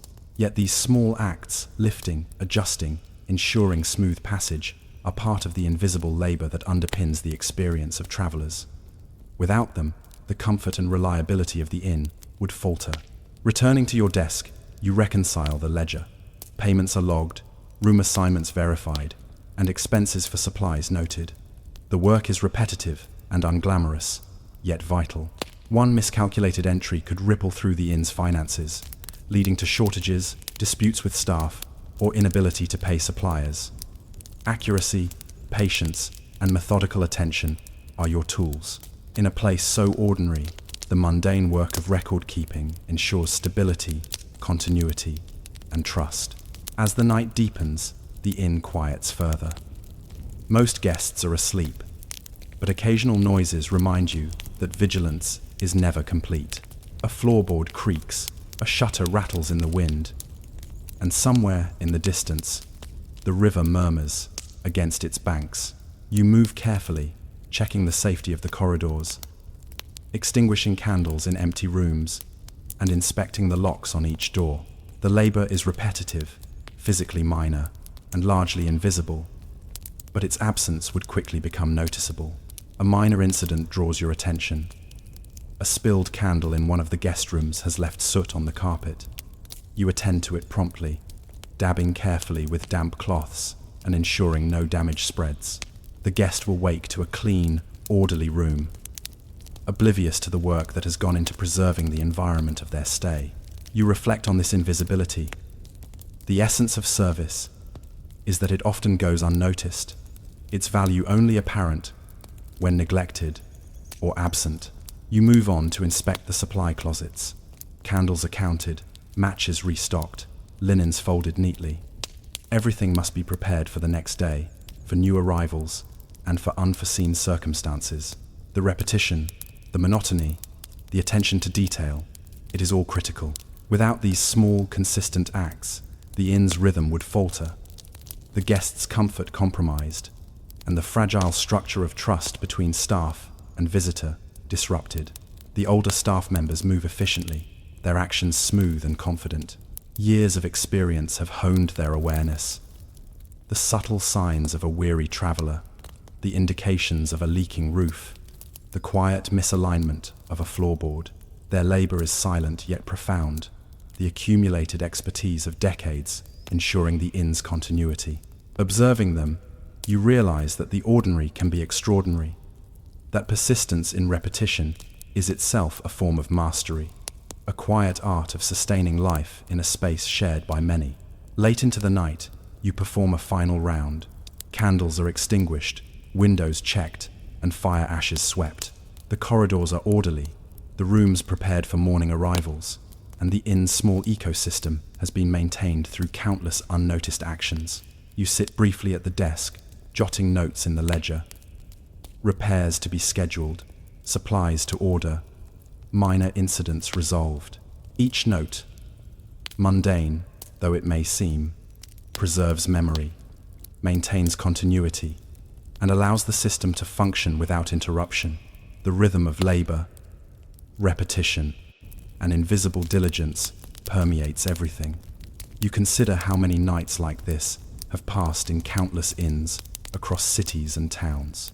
How many small acts, unobserved and uncelebrated, have preserved comfort, safety, and continuity for travelers throughout history. You understand that this is the true backbone of civilization. Ordinary, repetitive work, performed with attention, patience, and care. Finally, you prepare for your own rest. You pause by the window, observing the quiet city under the glow of gaslight.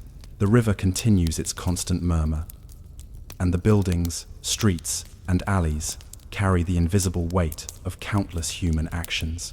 You lie down on your bed, muscles fatigued, hands tinged with soot and dust, and reflect on the subtle significance of your labor.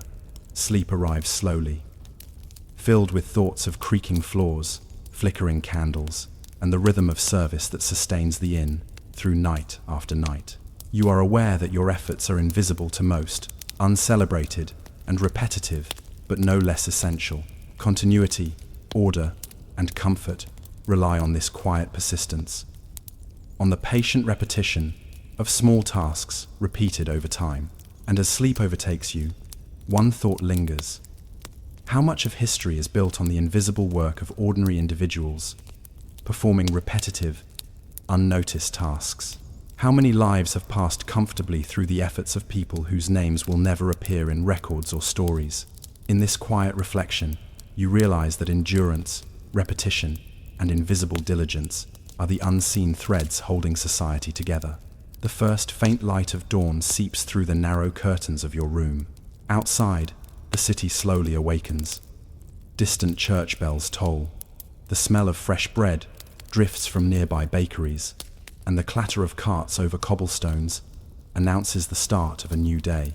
You rise carefully, muscles stiff from hours of maintaining order, and prepare to perform the final tasks of the night before the morning bustle begins in earnest. You make your way down the corridor, inspecting each room as you go. Candles have burned low but evenly. Beds have been made by earlier staff, with sheets smoothed and pillows fluffed. Small details matter. A chair pushed into place, a basin filled with fresh water, a draft from a misaligned window blocked. Each action is minor, repetitive, and uncelebrated, yet it preserves the continuity and comfort of the inn. Without such attention, even small inconveniences could ripple outward, disturbing guests' mornings and disrupting the rhythm of the establishment. The common rooms require your attention. Tables are wiped, floors swept, and the hearth stoked to welcome early visitors. You notice crumbs where the night's tea was served and quietly tidy them, restoring the space to an orderly state. The work is ordinary, repetitive, and unremarkable, yet it is essential. Guests arriving soon will not notice the labor that has gone into preparing the room. They will simply expect it to be ready, functional, and clean. Your diligence is invisible, yet indispensable. At the kitchen, the cook is already preparing breakfast.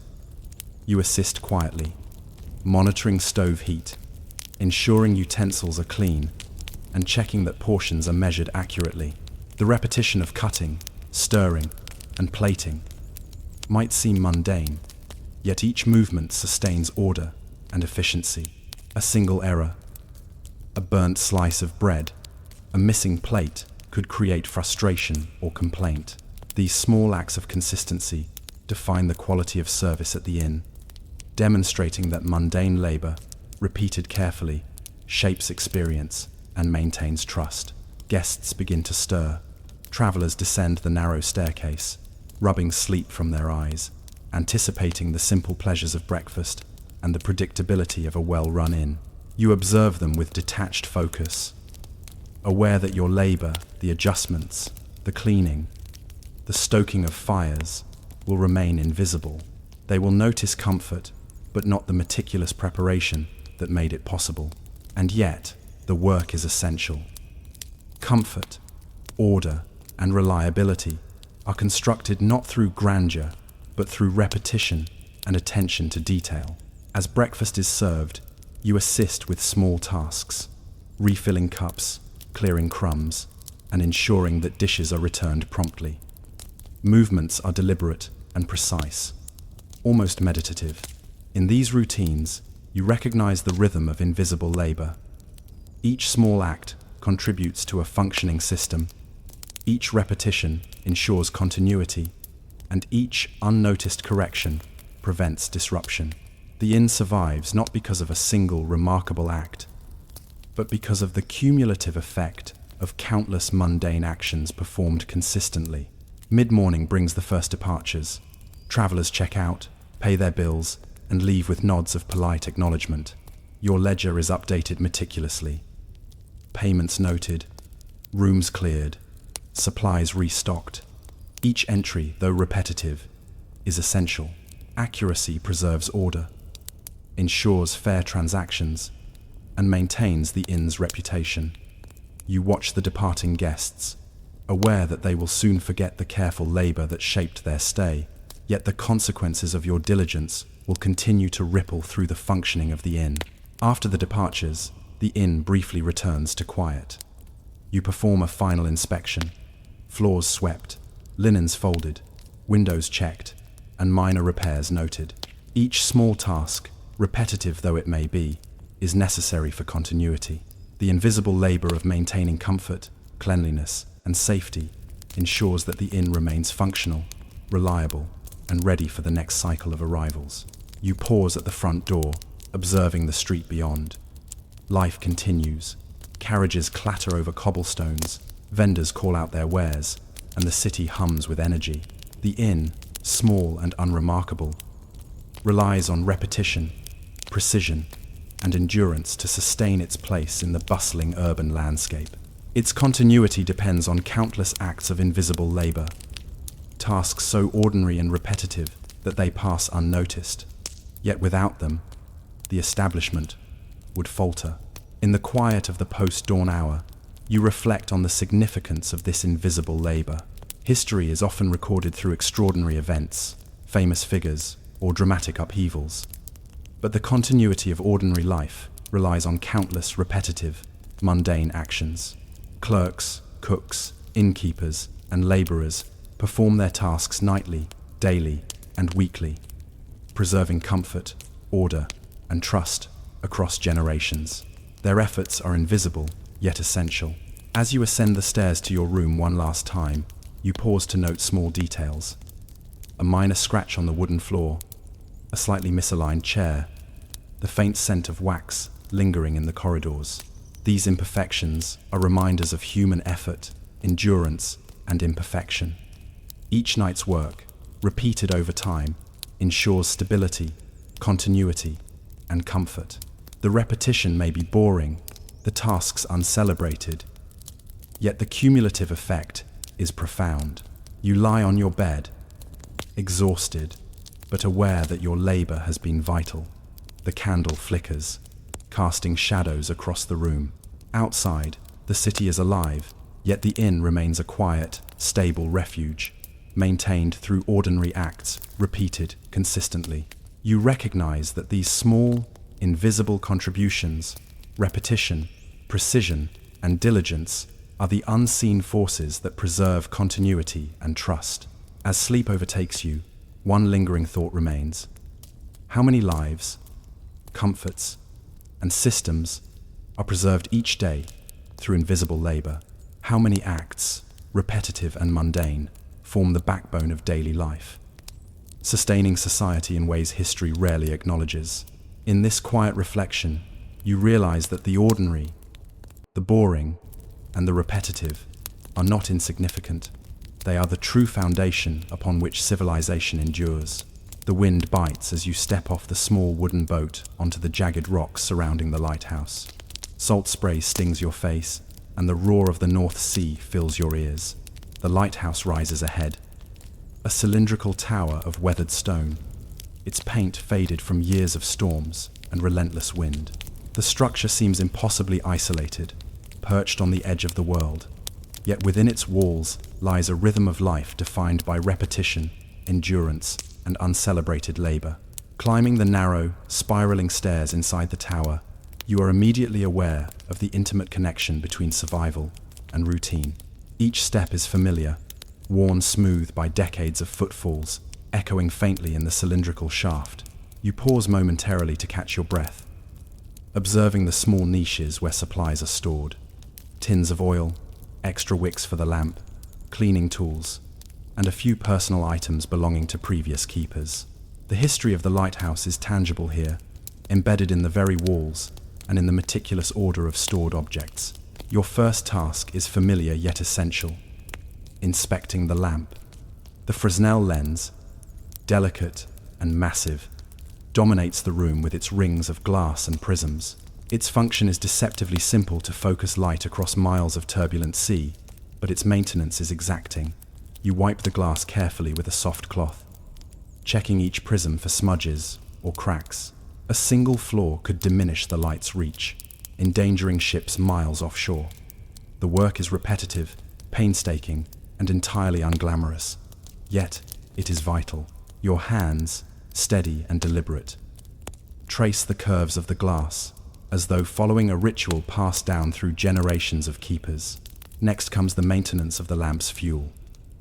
Oil must be measured, reservoirs cleaned, and wicks trimmed precisely. You perform each step methodically, aware that accuracy ensures both the functioning of the light and the safety of the tower. The labor is repetitive and monotonous, yet each action contributes to a system upon which countless lives at sea depend.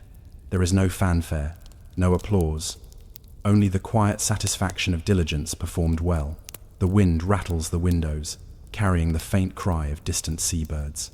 You check the structural integrity of the tower, sealing minor cracks in the walls, reinforcing a loose railing on the spiral staircase, and ensuring that emergency supplies are accessible. Each adjustment is minor but necessary. Neglect could lead to accidents or compromise the tower's ability to withstand storms. The tasks are ordinary and repetitive, yet they preserve the continuity and safety of the lighthouse, making each night at sea a little less uncertain for mariners. A logbook sits on a small shelf beside the lamp, filled with meticulous entries from previous keepers. You record the current weather, wind direction, and barometric pressure, alongside notes on any irregularities in the lamp's function. This practice, seemingly mundane, creates a historical record of conditions that may be referenced by those who come after. The repetitive act of logging data, the routine observations, and the careful notation of small details are all part of the invisible labor that sustains safety and continuity in this isolated outpost. As evening approaches, the tower becomes quieter. The sounds of the wind and sea dominate, punctuated by the occasional crash of waves against rocks. You make one last inspection of the lamp, ensuring that the wick is properly trimmed and the oil reservoir full. Each component must function flawlessly. Failure is not an option.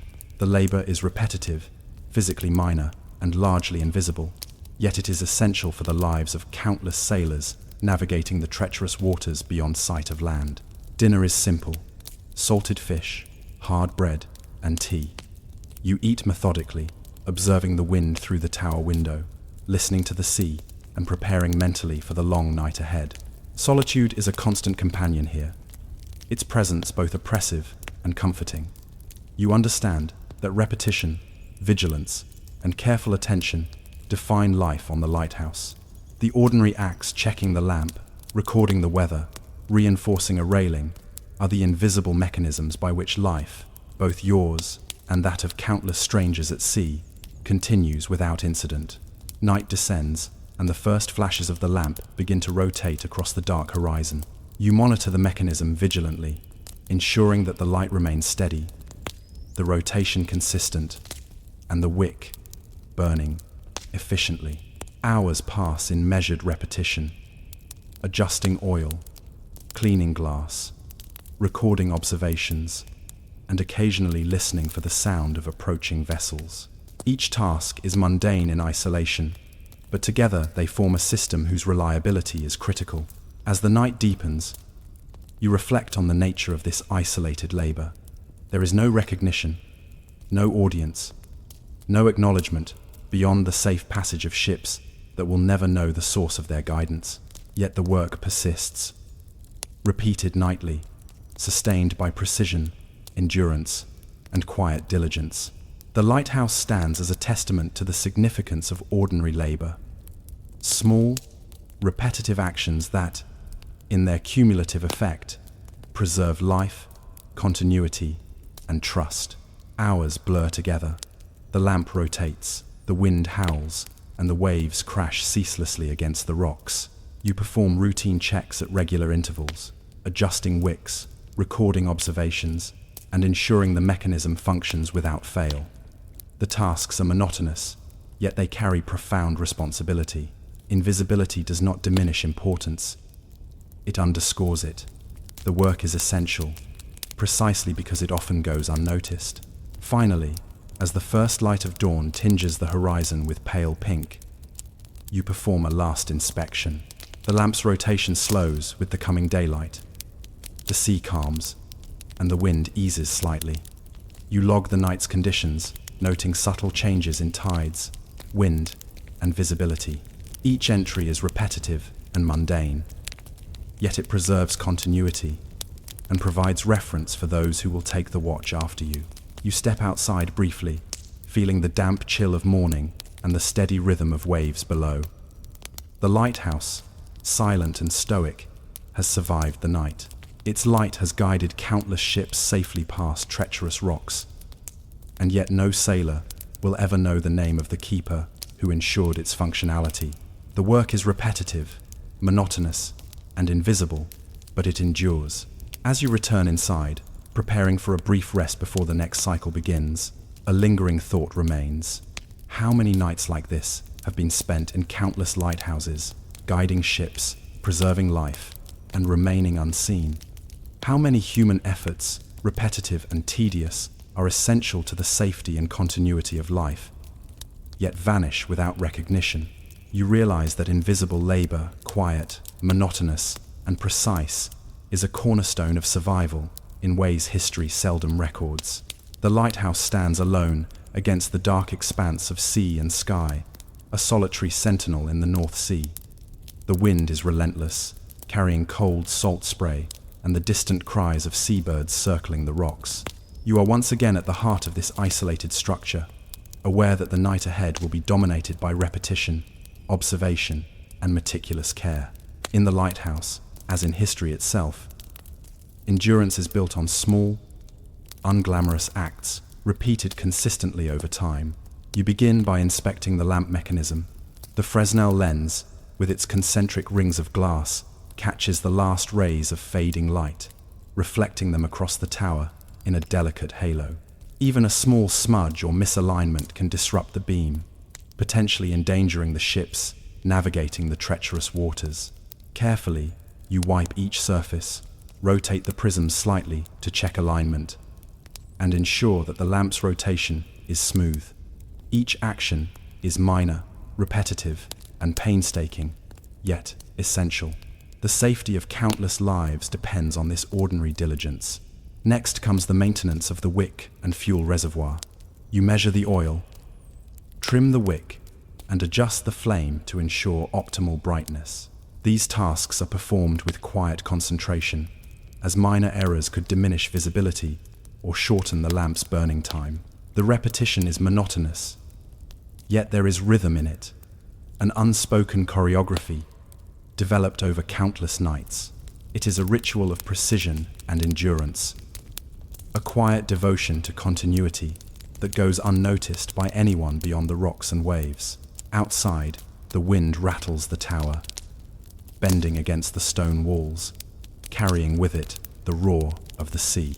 You make a routine inspection of the exterior, checking for loose stones, reinforcing a railing, and ensuring that the ladder to the observation platform is secure. Each small adjustment may seem trivial, yet it prevents accidents and preserves the structural integrity of the lighthouse. This vigilance, repetitive and largely invisible, forms the backbone of survival on this isolated outpost. The logbook beckons next. You record the night's weather, wind direction, barometric pressure, temperature, and visibility. Ships observed on the horizon are noted with their approximate bearing. While these entries may seem mundane, they provide a record that keeps the operation of the lighthouse precise, reliable, and historically traceable. Each night's observations become part of a continuous chronicle of human endurance, labor, and attention to detail. As darkness deepens, you settle into the rhythm of observation. Every half hour, the lamp's operation is checked. Rotation, brightness, and alignment. At intervals, you ascend the spiral staircase to scan the horizon, watching for approaching vessels and changes in sea conditions. The labor is methodical, repetitive, and physically taxing. Yet there is satisfaction in the continuity of your work. The knowledge that, night after night, your attention ensures that life at sea continues with one fewer hazard. A sudden flare on the horizon draws your focus. A merchant vessel struggles in the waves, its sails buffeted by wind. You adjust the lamp carefully, ensuring that its beam sweeps steadily across the turbulent waters. Every rotation, every precise adjustment of the wick matters. The labor is tedious, repetitive, and invisible, yet it carries profound responsibility. Life, in these moments, hangs on careful attention to the ordinary, on consistency and patience rather than heroics. Hours pass in steady repetition, oil measured, wicks trimmed, glass cleaned, logs recorded, horizon scanned. There is a meditative quality to this monotony. The mind becomes attuned to patterns, the rhythm of waves, the flash of light across water, the subtle changes in wind direction. Repetition itself becomes a tool, a way of preserving awareness and ensuring that no detail escapes observation. It is an endurance of both body and mind, a labor that, while invisible, shapes outcomes that are life-saving. Midnight brings a lull. The storm that had raged earlier subsides, leaving only the wind's persistent howl and the low crash of waves. You take a brief rest, sitting quietly near the lamp, listening to the lighthouse groan under the pressure of wind and sea.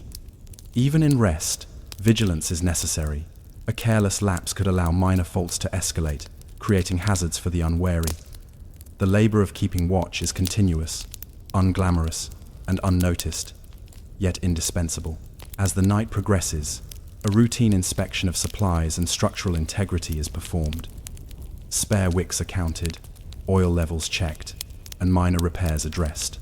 A loose bolt here, a slightly misaligned shutter there.